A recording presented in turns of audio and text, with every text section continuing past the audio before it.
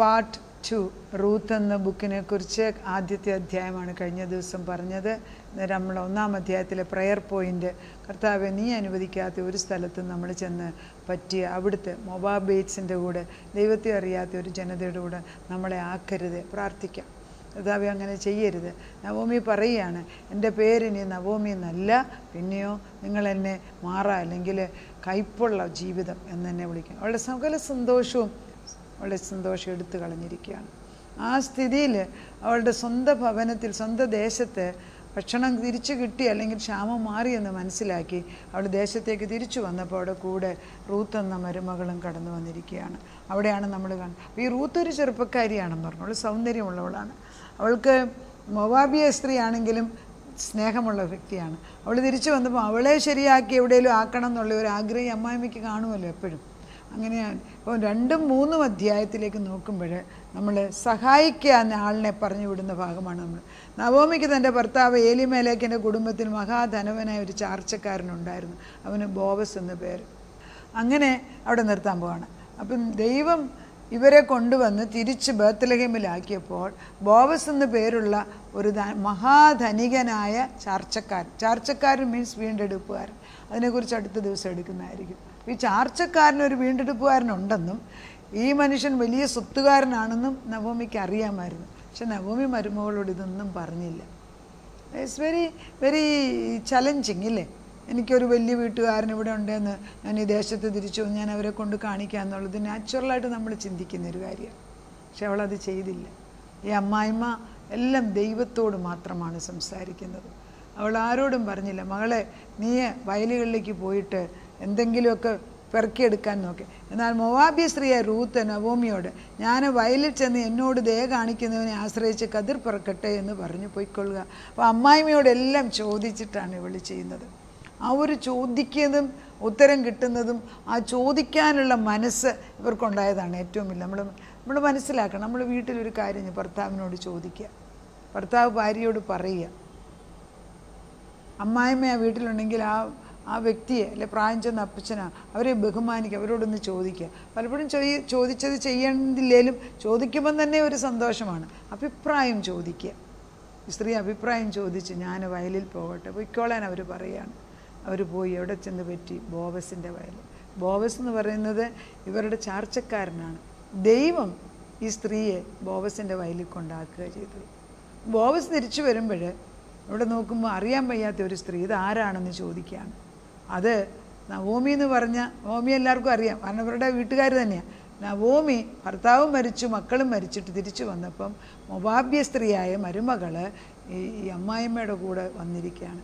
അത് വളരെ നല്ല ഒരു അഭിപ്രായം ആളുകളുടെ ഇടയ്ക്ക് അത് കൊടുത്തു. കാരണം അവൾക്കുള്ള ചാർച്ചക്കാരെയും വീട്ടുകാരെയും മറന്നിട്ട് അവൾ സ്വന്തം ഭവനമായിട്ട്, സ്വന്തം അമ്മയായിട്ട് നവോമിയെ കണ്ട് അവൾ തിരിച്ചു വരുന്ന ഒരു ഭാഗമാണ്. അവൾ അങ്ങനെ പോയിട്ട് ബോവസിൻ്റെ വയലിൽ ചെല്ലുമ്പം ബോവസ് ചോദിക്കുന്നത് ആരാണെന്ന്. അപ്പോൾ മനസ്സിലാകുന്നു നവോമിയുടെ മരുമോളെന്ന്.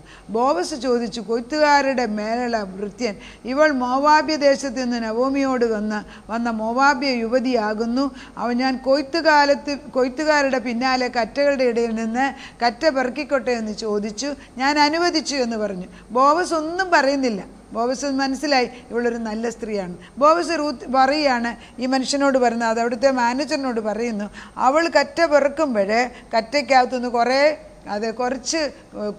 കുറച്ച് ബ്രാഞ്ചസ് എടുത്ത് പുറകിലോട്ട് ഇടണം. കറ്റ പെറുക്കുമ്പം അവൾ കുറച്ച് കൂടുതൽ പെറുക്കിക്കോട്ടെ, നിങ്ങൾ ആ കറ്റയ്ക്കകത്തുനിന്ന് കുറച്ച് പെറുക്കും, അവൾ പെറുക്കിക്കൊണ്ടിരിക്കട്ടെ. അങ്ങനെ പെറുക്കിക്കൊള്ളുമ്പം അതിനകത്ത് നിങ്ങൾ ആ കറ്റ കുറച്ച് കൂടുതൽ വലിച്ചു വാരി പുറകിലോട്ട് ഇടണം. അവൾ പെറുക്കിക്കോട്ടെ എന്ന് പറയാണ്. അങ്ങനെ അവൾ പെറുക്കും. ബോവസ് റൂത്തിനോട്, കേട്ടോ മോളെ, പെറുക്കുവാൻ വേറൊരു വയലിൽ പോകണ്ട, ഇവിടെ വിടുകയും വേണ്ട. അപ്പം ബോവസിന് നല്ല പ്രായമുള്ള ഒരു മനുഷ്യനാണ്, ഇവൾക്ക് അത്രയും പ്രായമില്ല. അപ്പോൾ മോളെ തന്നെയാണ് അഡ്രസ്സ് ചെയ്യുന്നത്. അവിടെ നമ്മളത് മനസ്സിലാക്കേണ്ടത് കരുതുന്ന ഒരു കരുതൽ. ഈ വയലിൽ തന്നെ നീ നിന്നോ, നീ വേറൊരു വയലിൽ പോകണ്ട, നിന്നെ വല്ലവരുടെയും വയലിൽ പോയിട്ട് നിനക്ക് അബദ്ധം ഉണ്ടാകണ്ട, നിന്നെ വിഷമിപ്പിക്കുന്ന ഒരു സാഹചര്യം ഉണ്ടാകണ്ട. അതുകൊണ്ട് ഇവരുടെ ജോലിക്കാരോട് പറയുന്നു, അവൾ നിങ്ങളുടെ കൂടെ ഭക്ഷിക്കുമ്പം നിങ്ങൾ അവൾക്കും കൂടെ സഹായം ചെയ്ത് കൊടുക്കണം എന്ന് പറയുകയാണ് ചെയ്യുന്നത്. അങ്ങനെ അവൾ ആ വയലിൽ അന്ന് മുഴുവനും നിന്നിട്ട് കാലാ പെറുക്കി. കാലാ പെറുക്കി കഴിഞ്ഞിട്ട് എന്തോ ഏകദേശം നീ പൊയ്ക്കൊള്ളു, ഇവിടെ എൻ്റെ ബാല്യക്കാരത്തിലോട് ചേർന്ന് കൊള്ളുക, അവർ കൊയ്യുന്ന നിലങ്ങളിന്മേൽ ദൃഷ്ടി വെച്ച് അവരുടെ പിന്നാലെ പൊയ്ക്കൊള്ളുക, ബാല്യക്കാർ നിന്നെ തുടരുതെന്ന് ഞാൻ പറഞ്ഞിട്ടുണ്ട്. കരുതുന്ന ഒരു ദൈവം. ദാഹിക്കുമ്പം നീ വെള്ളം എടുത്ത് കുടിച്ചുകൊള്ളുക. അപ്പം ബോവസ് അവളോട് പറയുന്നു, നിന്റെ ഭർത്താവ് മരിച്ച ശേഷം അമ്മായിയമ്മയ്ക്ക് നീ ചെയ്തിരിക്കുന്നതും നിന്റെ അപ്പനെയും അമ്മയെയും സ്വദേശത്തെയും വിട്ട് മുമ്പേ അറിയാത്ത ജനത്തിൻ്റെ അടുക്കൽ വന്നിരിക്കുന്നതുമായ വിവരമൊക്കെയും ഞാൻ കേട്ടിരിക്കുന്നു. നിന്റെ പ്രവൃത്തിക്ക് യഹോവ പകരം നൽകട്ടെ. ഇസ്രായേലിൻ്റെ ദൈവമായ യഹോവയുടെ ചെറിയൻ കീഴെ ആശ്രയിച്ച് വന്നിരിക്കുന്ന നിനക്ക് അവൻ പൂർണ്ണ പ്രതിഫലം തരുമാറാകട്ടെ. അതാണ് അനുഗ്രഹം കൊടുക്കുകയാണ്. അപ്പോൾ നമ്മൾ ഓർക്കണം, നമുക്കെല്ലാം നമ്മുടെ ചെറിയതും വലുതുമായ പ്രവൃത്തിയിൽ നമ്മൾ അനുഗ്രഹം വാങ്ങിക്കുന്നവരാണ്. നമ്മൾ അനുഗ്രഹിക്കുന്നവരായിരിക്കണം. കണ്ടാൽ ഇത് കുറവുണ്ടേലും ഞങ്ങൾ അവരെ അനുഗ്രഹിക്കുന്നു എന്ന് പറയുമ്പോൾ ദുഷ്ടൻ്റെ സകലതും തെറിച്ചു മാറത്തക്ക വിധത്തിൽ നമ്മളവരെ അനുഗ്രഹിച്ചു കൊണ്ടേയിരിക്കുക. എൻ്റെ യഹോവ, എൻ്റെ സന്തതി യഹോവയാൽ അനുഗ്രഹിക്കപ്പെട്ടു, അവർ ദേശത്തെ അവകാശമാക്കും. അവർക്ക് വേണ്ടി ദൈവം കരുതിയിരിക്കുന്നത് അവർ തന്നെ അനുഭവിക്കും. യഹോവ ഭക്തിയിൽ അവർ ദൈവത്തിൽ സന്തോഷിക്കുന്നവരാകും. യഹോവയുടെ ശബ്ദം കേൾക്കുന്നവർ പരിശുദ്ധാത്മാവിനാൽ അഭിഷിക്തരായിരിക്കും. ഇങ്ങനെയൊക്കെ നമ്മൾ ഓരോന്നോരോന്ന് ഇന്ന് സ്പൊറാഡിക്കായിട്ട് ഇങ്ങനെ പറഞ്ഞുകൊണ്ടിരിക്കുകയാണെങ്കിൽ അത് ചെന്ന് കൊണ്ടുകൊണ്ടിരിക്കുകയാണ്. ഒന്നിൻ്റെ പുറകെ അമ്പ് ചെയ്യുന്നത് പോലെ ഈ നല്ല അമ്പ് ചെന്ന് കൊള്ളുമ്പോൾ കുറച്ച് കഴിയുമ്പോൾ അവരിലുള്ള പിശാച് പറയും, അയ്യോ എനിക്കിവിടെ ഇരിക്കാൻ വയ്യ. ആ സ്ത്രീ അവിടുന്ന് ഇങ്ങനെ ദിനം പ്രതി അനുഗ്രഹം അയച്ചുകൊണ്ടിരിക്കുക, ഞാനെങ്ങനെ അനുഗ്രഹം ഉള്ളടത്തിരിക്കുന്നത്, എൻ്റെ ജോലി തിന്മ വരുത്തുകയല്ലേ. അങ്ങനെ ആ പിശാച് ഇറങ്ങിപ്പൊക്കോളും. നമ്മൾ അവരോടൊന്നും നേരിട്ട് പറയണ്ട. ഈ 2-3 അധ്യായത്തിൽ ദൈവം അവർക്ക് വേണ്ടി ഒരു സഹായകനെ ഉണ്ടാക്കുന്നുണ്ട്. അപ്പം നമ്മുടെ ജീവിതത്തിൽ പ്രാർത്ഥിക്കേണ്ടത്, നമുക്ക് കഷ്ടകാലം വരുമ്പോൾ, നമ്മുടെ കുഞ്ഞുങ്ങൾക്ക് പ്രയാസം വരുമ്പം, send the right person at the right time. ദൈവമേ, അവർക്ക് സഹായം കൊടുക്കാൻ പറ്റിയ നല്ല വ്യക്തി അവരുടെ ജീവിതത്തിലോട്ട് പറഞ്ഞയക്കണേ. അങ്ങനെ പ്രാർത്ഥിക്കണം നമ്മൾ. ദൈവമേ, ഒരു ബോവസ്, ഒരു വീണ്ടെടുപ്പുകാരൻ, ഒരു ചാർച്ചക്കാരൻ അവരുടെ അടുക്ക വരണം. അല്ലാതെ നിവൃത്തിയില്ല. കാരണം നമുക്കൊന്നും this is gone beyond the power of Naomi. നവോമിക്ക് ഒട്ടും ചെയ്യാൻ വയ്യാത്ത സ്റ്റേജ് ആയിരിക്കുകയാണ്. നവോമി പറഞ്ഞല്ലോ, എനിക്ക് വേറെ മക്കളുണ്ടായിരുന്നു, ഞാൻ തന്നേന്. So it's not possible. അപ്പം നവോമിയുടെ കയ്യിൽ നിന്ന് ഇത് മാറിപ്പോയി വേറൊരു തലത്തിലോട്ട് ഇത് വന്നപ്പം നവോമി ദൈവത്തിനെ ഏൽപ്പിച്ചു കൊടുക്കുന്നു. ബോവസ് ഇവളുടെ ചാർച്ചക്കാരനാന്ന് പറയുന്നില്ല, പക്ഷെ ഇവളെ പറഞ്ഞു വിടുന്നുണ്ട്. നവോമി വീട്ടിലിരുന്ന് പ്രാർത്ഥിക്കുകയായിരുന്നായിരിക്കണമല്ലോ. അങ്ങനെ ഇവൾ കറക്റ്റ് വയലിൽ ചെന്നു, ബോവസിനെ കണ്ടുന്നു. ബോവസിൽ നിന്ന് അവൾക്ക് ആനുകൂല്യം കിട്ടുന്നു. വയലിൽ അവൾക്ക് നല്ലവണ്ണം അന്ന് കാലാ പെറുക്കി ഒത്തിരി സാധനം, അതായത് ദൈവത്തിൻ്റെ ആത്മാവിൽ അവർ പെറുക്കി കൊടുത്തപ്പം ഏകദേശം 1 പറയോളം മണി അവർ പെറുക്കിയെടുത്തു. കുറച്ചൊന്നുമല്ല. 1 പറയെന്ന് പറയുമ്പോൾ നല്ല ഒരു ക്വാളിറ്റിയാണ്, ക്വാണ്ടിറ്റി ക്വാളിറ്റി അല്ല. അത്രയും അവർ പെറുക്കിയെടുക്കാൻ്റെയൊക്കെയാണ്. ഒരു ശകലം പോലും അവർ വിശ്രമിച്ചില്ല. ഉച്ചയ്ക്ക് ഭക്ഷണം കഴിച്ചു കഴിഞ്ഞു. അതൊക്കെ everybody is observing Har because she is A new person. നമ്മളൊരു സ്ഥലത്ത് പുതുതായിട്ട് വരുമ്പം നമ്മളെ മറ്റുള്ളവർ നോക്കുന്നുണ്ടെന്നുള്ള ബോധം വരണം. ഒന്ന്, നമ്മൾ ദൈവത്തിൻ്റെ ചിറകിന് കീഴിലായിരിക്കും നമ്മൾ ചെല്ലുന്നത്. കർത്താവിൻ്റെ ശാശ്വത ഭുജം നമ്മുടെ കൈക്ക് മുറുകെ പിടിച്ചിട്ടുണ്ടോ എന്ന് നമ്മൾ സ്ഥിരപ്പെടുത്തണം. പരീക്ഷ എഴുതാൻ പോകുന്ന കുഞ്ഞുങ്ങളെ ദൈവത്തിൻ്റെ ആത്മാവിൽ കർത്താവ് കൂടെ പോകുന്നിടം വരെ പ്രാർത്ഥിച്ചിട്ട് അവരെ വിടാവൂ. അവരുടെ കൈകളിന്മേൽ പരിശുദ്ധാത്മാവ് ശക്തി കൊടുക്കുന്നതായിട്ട് നമ്മൾ കാണണം, പറയണം വാഗോണ്ട്. ഇതൊക്കെ അനുഗ്രഹിച്ച് വിടേണ്ടതാണ്. നവോമി ചെയ്തതുപോലെ ഈ അമ്മായിമ്മ അവരെ അനുഗ്രഹിച്ചാണ് വിട്ടിരിക്കുന്നത്. അപ്പോൾ ഏകദേശം 1 പറ യവം ഉണ്ടായിരുന്നു. അത് അവൾ കൊണ്ട് വിറ്റ് അവൾക്ക് അമ്മായിമ്മയ്ക്ക് ഭക്ഷണവും കൊടുത്തു. എന്തോ ഒരു അനുഗ്രഹം, അമ്മായിമ്മയുടെ അനുഗ്രഹം ദിനം പ്രതി വാങ്ങിക്കുന്നുണ്ട്. അങ്ങനെ നവോമിയോട് വിശേഷങ്ങളെല്ലാം അവൾ പറയുകയാണ്. അപ്പോൾ നവോമി മരുമകളോട് പറയുന്നതാണ്, ജീവനുള്ളവരോടും മരിച്ചവരോടും ദയവിടാതിരുന്ന യഹോവയാൽ അവൻ അനുഗ്രഹിക്കപ്പെട്ടവൻ എന്ന് പറഞ്ഞു. ആരെ? ബോവസിനെ കുറിച്ചാണ്. അപ്പം ജീവനുള്ളവരോടും, അതായത് ഇവർക്കും വയലുള്ളവരായിരുന്നെന്ന് ഓർക്കണം.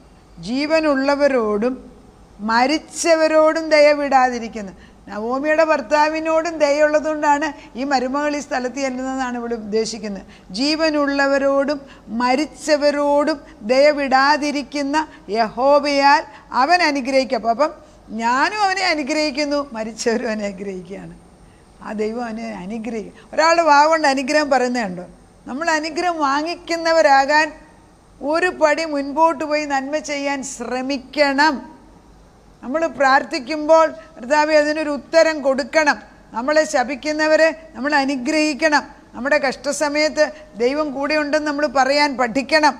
അങ്ങനെ അയാൾ നമുക്ക്, അതിപ്പോൾ പറയുന്നത് ഈ മനുഷ്യനെ അയാൾ നമുക്ക് അടുത്ത ചാർച്ചക്കാരനും നമ്മുടെ വീണ്ടെടുപ്പുകാരനുമാണ് എന്നിപ്പോഴാണ് അവൾ പറയുന്നത്. അതുവരെ അവൾ പറഞ്ഞില്ല. നവോമി വേണ്ടാത്ത ആഗ്രഹങ്ങളൊന്നും ഇട്ടുകൊടുത്തില്ല. ഇപ്പോൾ അവൻ്റെ ഫേവർ കിട്ടിക്കഴിഞ്ഞപ്പം പറയുന്നു അവൻ നമ്മുടെ ചാർച്ചക്കാരനാണ്, വീണ്ടെടുപ്പുകാരൻ. യഹൂദ സിസ്റ്റത്തിൽ അതായത് ഭർത്താവ് മരിച്ചു കഴിഞ്ഞെങ്കിൽ അതിന് ആ ഭവനത്തിൽ തന്നെയുള്ള വേറെ മൂത്ത സഹോദരനോ ഇളയ സഹോദരന്മാരോ ഭർത്താവായിട്ട് മാറുന്നത് നമ്മൾ കാണുന്നുണ്ട്. ഇവിടെ ഇവൾക്ക് ആരുമില്ല. പക്ഷേ ദൈവം ബോവസിനെ ഒരുക്കി കൊടുക്കുകയാണ്, ഒരു കിൻസ്മെൻ റിഡീമർ, അതായത് ചാർച്ചക്കാരനെ കൊടുക്കുകയാണ്. ഒരു ചാർച്ചക്കാരൻ വരുമ്പോൾ ഒരു അധികാരി വരികയാണ്. അവളെക്കുറിച്ച് അത് കരഞ്ഞ് കണ്ടില്ലേ? ബോവസ് പറഞ്ഞു ഇനി വേറെ വയലിൽ നീ പോകരുത്, ഇവിടെ തന്നെ നിന്നോളാൻ. ബോവസ് നിർത്തിയത് ഭാഗ്യമാണ്. ആ ഒരു വയലിൽ അവൾ നിന്നതിനാൽ അവളെ പ്രൊട്ടക്റ്റ് ചെയ്തു.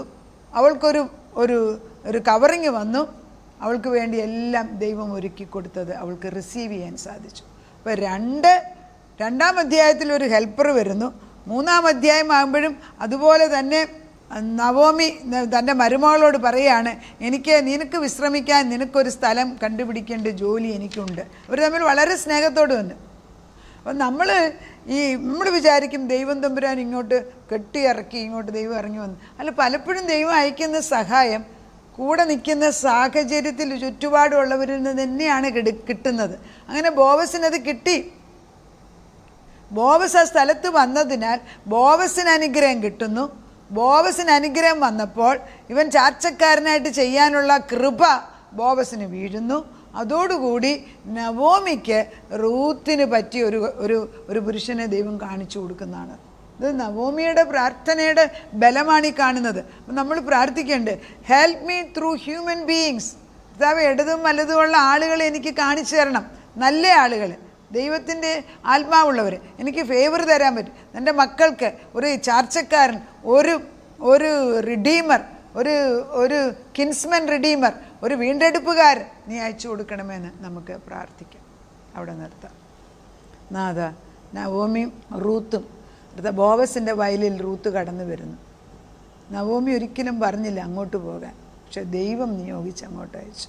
ദൈവത്തിൻ്റെ കണക്കുകൂട്ടൽ എത്രയോ വലുതാണ്. ദൈവം ഒരു കാര്യം നിയോഗിച്ചാൽ അത് ചെയ്തു കൊടുക്കും.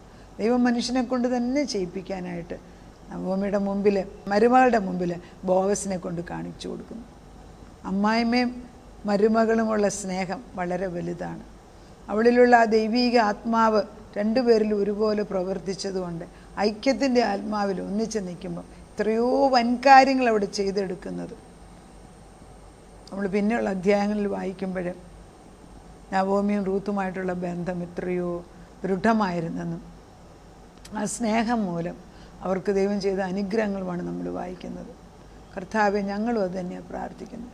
നമ്മുടെ തലമുറകൾ, നമ്മുടെ മക്കൾ, ദൂരെയും ചാരത്തുമുള്ളവർ എന്തെന്ന് ചെയ്യണമെന്നറിയാതെ വിഷമിക്കുമ്പോൾ ഒരു ബോവസിന്, ഒരു കിൻസ്മൻ റിഡീമറിന് നീ അയക്കുമെന്നത് മനുഷ്യഭൂമിയിൽ തന്നെ, മനുഷ്യരൂപത്തിൽ തന്നെ. അതല്ല, പുതിയ നിയമത്തിൽ ജീവിക്കുന്ന ഞങ്ങൾ ക്രിസ്തുവാകുന്ന റിഡീമർ, യേശു ക്രിസ്തുവാകുന്ന വീണ്ടെടുപ്പുകാരൻ ദൈവത്തിൻ്റെ ആത്മാവുള്ളവരെ അയക്കും, സംശയമില്ല. ദൈവത്തിൻ്റെ നിയോഗപ്രകാരമുള്ളവർ അവരുടെ അടുക്കലേക്ക് ഇപ്പോൾ കടന്നു ചെന്ന് ഇരുട്ട് മാറ്റി വെച്ച് വെളിച്ചത്തിലേക്ക് കൊണ്ടുവരാൻ അവരുടെ ഭാവി ജീവിതം ദൈവം നിയോഗിച്ച സ്ഥലത്തെത്തിക്കാൻ പറ്റിയവരെ നീ കൊണ്ടു കൊടുക്കണം. അല്ലാ, നിൻ്റെ ബലമുള്ള കരങ്ങൾ കൊണ്ടവരെ പിടിച്ചുയർത്തി നേർവഴിക്ക് കൊണ്ടാക്കിയെടുക്കണമേ. അങ്ങനെ തന്നെ ചെയ്യാൻ പോകുന്നതിന് സ്തോത്രം ചെയ്യും. പ്രാർത്ഥനയുടെ ഉത്തരം തന്ന ദൈവത്തിന് നന്ദി. യേശു ക്രിസ്തുവിൻ്റെ പൊന്നുനാമത്തിൽ തന്നെ. ആമേൻ.